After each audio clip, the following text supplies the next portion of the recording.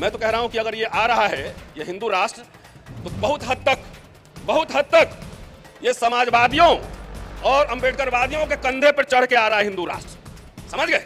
आप ही लोग ला रहे हैं हिंदू राष्ट्र, जिसकी डंडे से पिटाई आप ही की होनी है। अच्छा है, पिटो, गुलाम रहो, अच्छा है, आप ही एक कंधे पर चढ़ के आ रहा है। मैंने कहा कि आज अंबेडकर होते तो उनको शर्म आती कि क्या अंबेडकर के नस्ल वाला कोई दलित नेता इस देश में है क्या? अभी उनके रगों में वो खून दौड़ रहा है क्या? इतने अत्याचार हो रहा है, उत्पीड़न हो रहा है, बैठ के चुप्पी मारे हुए कि साहब टीए बना दीजिए। ये राम राष्ट्र की घोषणा हो चुकी है, आप भी खुश थे आप। ये हिंदू राष्ट्र, आप भी हिंदू है ना, तो हिंदू है तो फिर काहे के लिए बैठे हुए हैं यहाँ पे अधिकार के? भजो राम, जाओ कांवर लेके। क्या हमारी लड़ाई हमारी व्यक्तिगत लड़ाई है? चाहे ऋतु सिंह है, चाहे लक्ष्मण है, व्यक्तिगत लड़ाई है। आपके लिए आवाज उठाई जा रही है और उसको पनिश किया जा रहा है, और आप उसी मुर्गे की तरह देख रहे हैं कि अपना नंबर कब आएगा, दाना चुग रहे हैं। खड़े नहीं होते हैं, खड़े रहिए, संविधान के हिसाब से सड़क जाम कीजिए, आंदोलन करिए।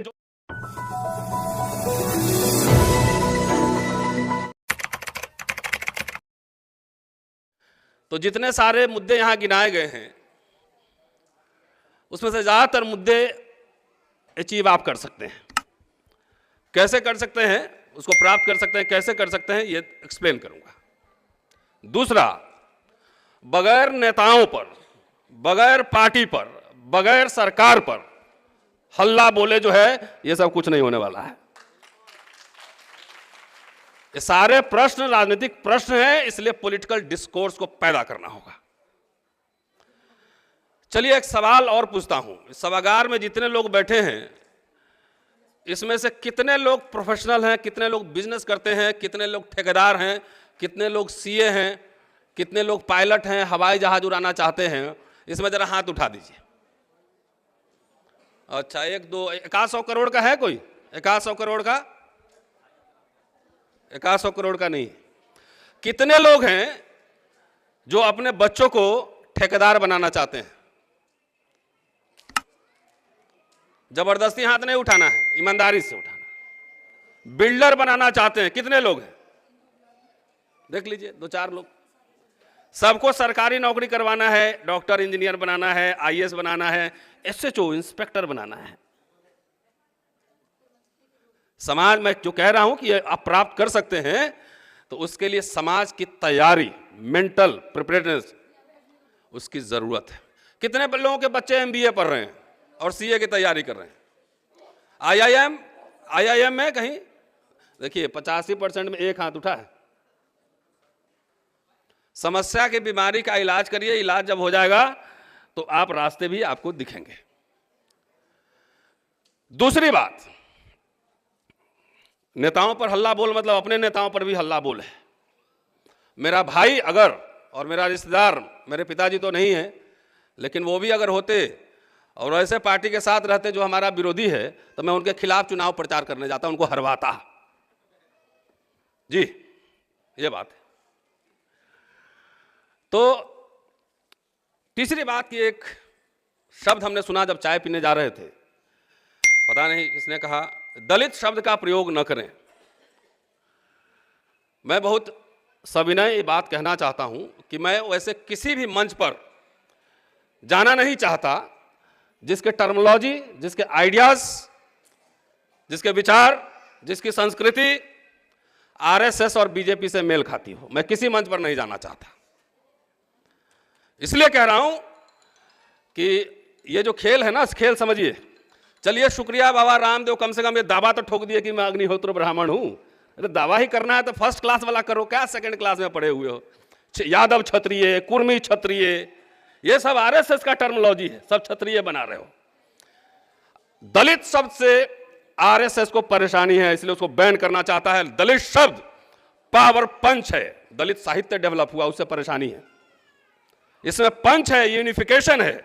जैसे ब्लैक इज ब्यूटीफुल, ये मूवमेंट चला था अमेरिका में, ब्लैक ने कहा ब्लैक खराब नहीं, ब्लैक इज ब्यूटीफुल।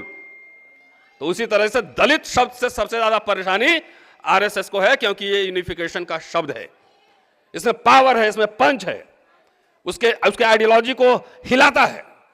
तो इसलिए मैं दलित शब्द का ही प्रयोग करता हूं। और जिनको इस बात समझना है समझ लें, जिनको नहीं समझना है आप बहुसंख्यक बोलो। अब तो बाबा साहब तो दलितों के लिए कहते थे हम माइनॉरिटी में, और दलित राजनीति उसके बाद चला गया बहुजन में, अब बहुजन के बाद चला गया मूल निवासी में। पता नहीं कौन कौन यूनिवर्सिटी से सब जो है ना पीएचडी करके आया, मेरे समझ में नहीं आ रहा है। फोकस्ड एजेंडा नहीं होता है, घाल मेल हो जाता है। तो इसलिए इसकी क्लैरिटी बहुत जरूरी है कि दलित शब्द से परेशानी आरएसएस को है, यह बात सोच लीजिए आप। चलिए अब आता हूं कि आरएसएस बीजेपी हर समय एक्सपेरिमेंट करता है, उसको बोलते हैं ट्रायल एंड एरर मेथड। कोई काम करो, ट्रायल करो, फिर वापस लो, ट्रायल करो, वापस ले लो।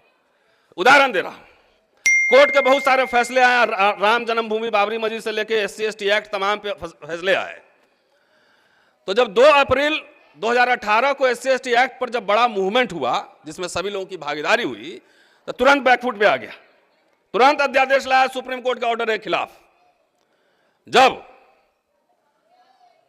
किसानों का आंदोलन हुआ तो लगा कि पीछे नहीं हटेगा, तो तुरंत अध्यादेश आ गया, फिर प्रधानमंत्री जी ने विड्रॉ कर लिया वो।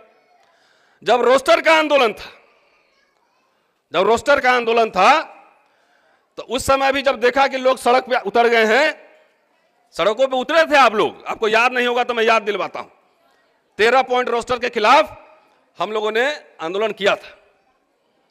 तो जब देखा कि सड़क पे उतर गए हैं, दलित बैकवर्ड सब वोट नहीं देगा, तो तुरंत फिर अध्यादेश लाके सुप्रीम कोर्ट के निर्णय को वापस कर दिया। तो एक्सपेरिमेंट करता है, ट्रायल एंड एरर मेथड, और उसमें से ज्यादातर वक्त हम और हमारे नेता ट्रैप में आ जाते हैं। अब कैसे एग्जांपल दे रहा हूं, एक और अभी जो है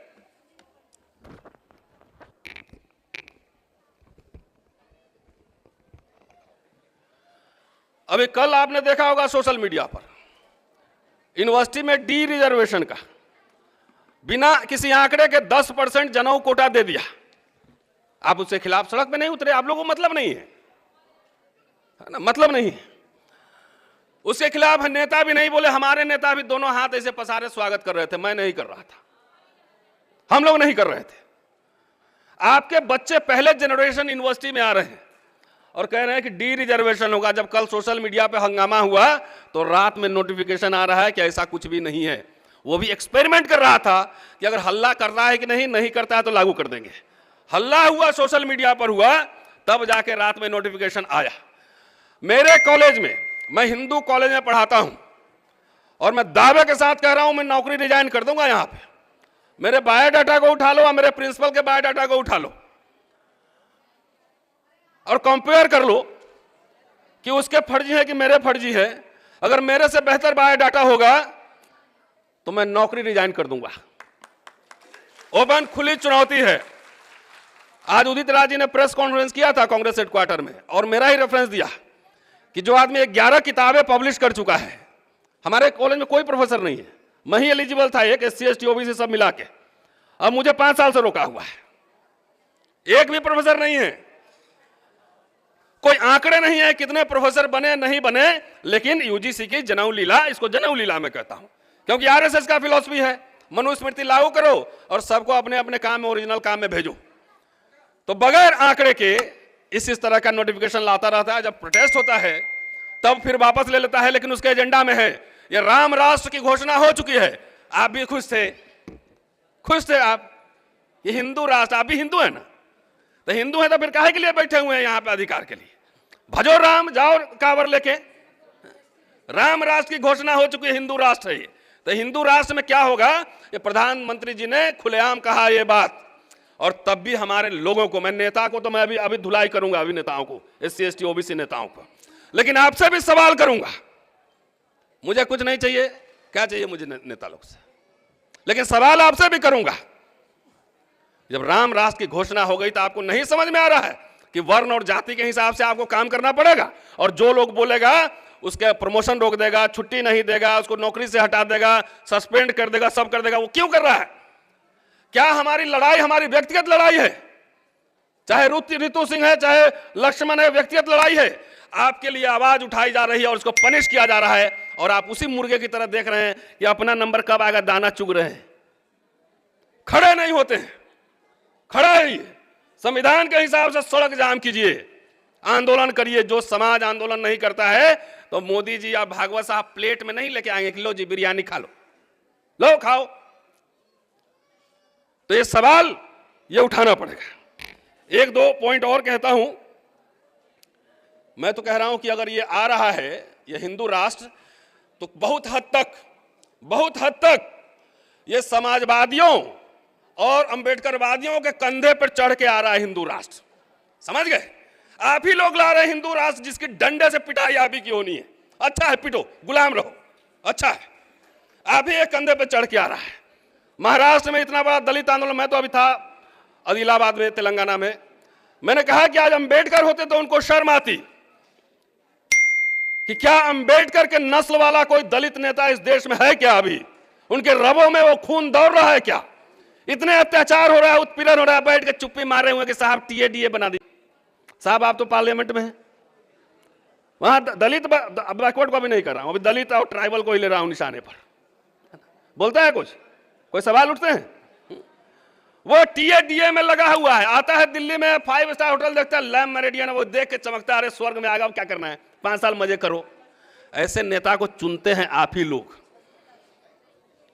आप ही लोग। महाराष्ट्र से दलित पैंथर टूटा और सीधा सब बीजेपी आरएसएस में है। जीतन राम मांझी आरएसएस बीजेपी के साथ है, चिराग पासवान आरएसएस बीजेपी के साथ है, और जहां मैनेज नहीं हो रहा है डायरेक्ट कन्फ्रंटेशन, वहां पे पार्टी के थ्रू मैनेज हो रहा है। 4 पार्टी खड़े कर दो, 100 200 500 वोट तुम लोग काट लो, बाकी इंडिया वाला हार जाएगा, हम जीत जाएंगे। तो ये समाज के अंदर भी परेशानी है। एक और